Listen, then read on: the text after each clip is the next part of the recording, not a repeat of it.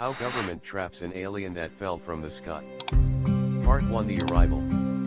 Late one quiet night, the desert sky glows with an eerie light. A mysterious object streaks through the darkness and crashes violently into the barren sand, shaking the ground for miles. A nearby hunter, out with his loyal dog, sees the blazing fall. The animal senses danger first, barking furiously and bolting toward the crash site.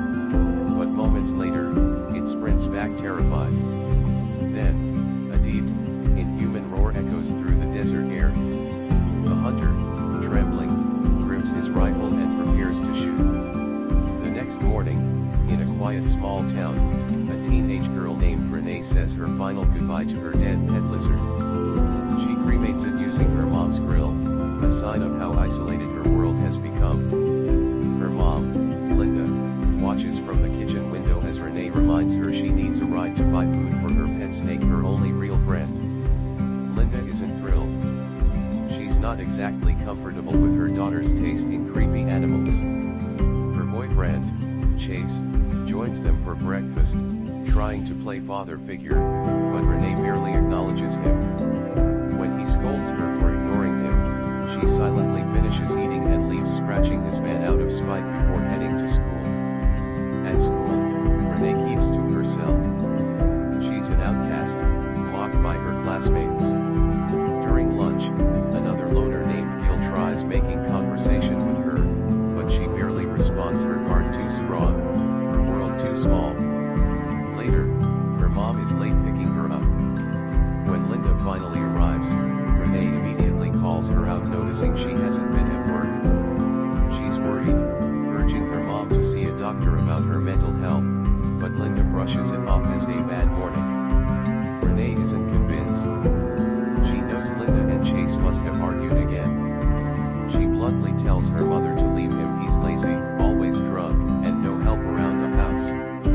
But Linda sighs, saying he needs me. And being needed feels nice sometimes. That night, Renee feeds her odd little family of reptiles and insects, playing her father's old banjo and softly singing to them.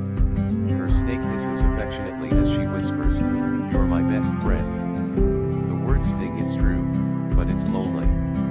During dinner, Chase brings up the scratches on his man, clearly blaming her. Linda shuts him down before the argument escalates. Then Chase complains about a bad smell in the microwave, and Renee calmly explains she used it to warm up a dead rat for her snake's meal. Disgusted, Chase loses his temper and throws chips at her face. Renee's patience finally snaps. She storms out of the house, climbing onto her ATV and speeding into the desert night. Tears stream down her face as she screams into the empty landscape, tired of the noise, the fights, the constant chaos. But something catches her eye. In the distance, she spots an overturned truck sitting in a massive crater. When she gets closer, she realizes it's the hunter's vehicle from earlier. And beside it, something moves. From the shadows, a monstrous creature steps into view, tall, scarred, and chained to the wreckage. Its roar shakes the air, freezing Renee in terror. It thrashes violently, trying to break free, but the chain holds tight. Eventually, it collapses to the ground, exhausted and whimpering. For a moment, Renee almost runs, but then she notices something. The creature's leg is caught in a steel trap. It's not a monster attacking, it's a creature in pain. Gathering her courage, she steps closer and removes the chain. The creature lets out a sharp screech. Renee panics and races back to her ATV, driving off into the dark. Back home, she finds her mom comforting Chase again. Too angry to face them, she stays outside. The next morning, helicopters thunder across the desert sky. The government has arrived. They're looking for whatever fell last night. Renee, remembering the creature, begins preparing. She scribbles a list of supplies and decides she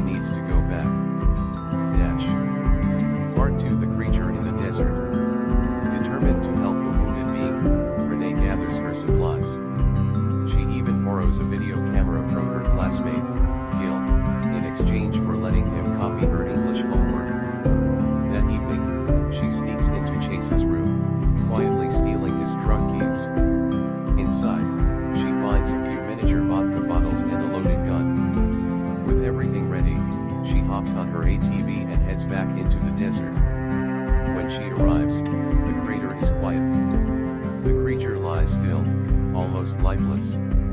She fires the gun into the air, testing if it reacts, but it doesn't even flinch. She sets up the camera, carefully moves closer, and begins cutting the metal trap around its leg. As she turns to leave, thinking it's dead, the beast suddenly springs to life, tackling her to the ground. Renee freezes as hot breath drenches her face. But instead of attacking, the creature simply sniffs her, and steps back. Only now, up close, can she truly see its scaled skin, glowing eyes, and alien form unlike anything from Earth. Trembling but fascinated, she whispers softly, "You're not from here, are you?" She offers an apple. The creature smacks it away. Before she can try again, helicopters sweep overhead, shaking the sand. Renee panics, realizing the military is searching for it. That night, she returns home, shaken but alive. When she steps inside, Chase is passed out drunk on the couch. He begs her not to tell her mom, then asks about his missing keys. Renee lies, pretending not to know. But when she walks outside, she freezes. In the shadows behind a house, glowing eyes. The creature has followed her home. Terrified, Renee whispers, "You can't stay here." But it doesn't move. So she jumps on her ATV and speeds toward the desert, hoping it will follow, and it does. When she stops, it catches up, towering before her.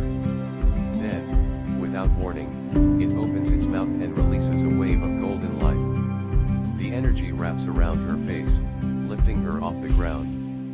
Her eyes glow as the world goes white. Moments later, she collapses. When she wakes, it's morning, and the alien is sleeping peacefully beside her. Against all logic, Renee smiles and softly says, "Guess we're friends now." She names it Croak and promises to protect it. Part 3: A Secret Friendship. Renee hides Croak in the cellar, sneaking him food and water. The next day, she pretends to go to school, waiting until her mom leaves for work. Once the house is empty, she lets Croak explore. It sniffs every corner curiously, nearly devouring her pet lizard before she stops it. "You can't eat them," she laughs nervously. "They're family." When she plays her banjo, Croak's scales shimmer like rippling light. She smiles, it's the first time she's felt joy in weeks. But peace doesn't last. Linda comes home early from work, emotionally drained. She's still struggling with depression and doesn't know how to talk to her daughter. Renee barely manages to hide Croak before her mom enters. Meanwhile, Gil stops by to get his camera back. He finds Renee's room messy and notices a photo of her late father. Curious, he almost sniffs her pillow before realizing how creepy that would be. Then he leaves, awkward but harmless. When Renee checks the camera later, she realizes Gil must have seen the alien footage. He claims it's fake, but she can tell he's lying. Eventually, she confesses and shows him Croak in the cellar. At first, Croak lunges toward Gil, but Renee calms it by singing. The boy faints anyway, waking up minutes later to Renee's nervous laughter. She assures him it's friendly. Gil, terrified but amazed, agrees to keep the secret. Neither of them notice a dark SUV parked nearby. Agent Brown, the government operative, is watching and taking photos. Part 4: Darkness at Home. That night, Renee tells Croak stories about her father and sings softly, bonding deeply with him. But Croak refuses to eat. The next day, Gil suggests something wild. Maybe it doesn't want to be fed like a pet. Maybe it wants to hunt. So that evening, they take Croak to a remote canyon. Gil brings pigs from his uncle's farm. Croak leaps on them like lightning fast, brutal, efficient. After eating, it brings Renee a piece of meat as an offering. She almost hugs Gil to thank him, but Croak growls protectively. Back home, chaos brews again. A drunk Chase corners Renee, demanding to know what happened to his gun. When she refuses to answer, he grabs her by the hair, slams her into the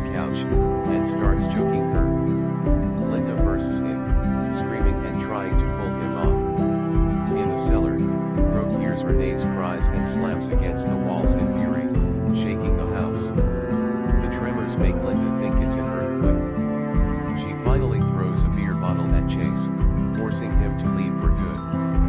That night, Renee curls up next to Croak in the cellar, whispering, "You've never hurt me, right?" before falling asleep.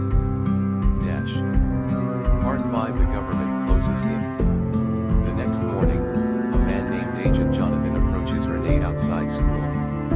He flashes a badge, saying he found Chase's gun with her fingerprints on it. He threatens her with arrest unless she cooperates. He wants to know what she's hiding in the desert. Meanwhile, Linda hires a plumber to fix their broken water pipes. The man goes down into the cellar, and finds Croak. Panicking, he attacks with his wrench, but Croak defends itself, biting him. Bleeding and terrified, the plumber flees, crashes his van, and dies on the road. When Renee returns home, Linda tries to talk, but Renee explodes in anger, accusing her of never protecting her. After storming off, she discovers blood in the cellar and realizes Croak hurt someone. Horrified, she whispers, "You can't stay here anymore." That night, she leads Croak into the desert, followed secretly by Gil. She plans to hide it inside Chase's van and drive it far away somewhere it can't be found. Gil confesses something then. Agent Brown threatened to deport his family if he didn't talk. But he never betrayed her. Renee thanks him and says goodbye. She hides Croak inside a large wooden box and returns home to pack.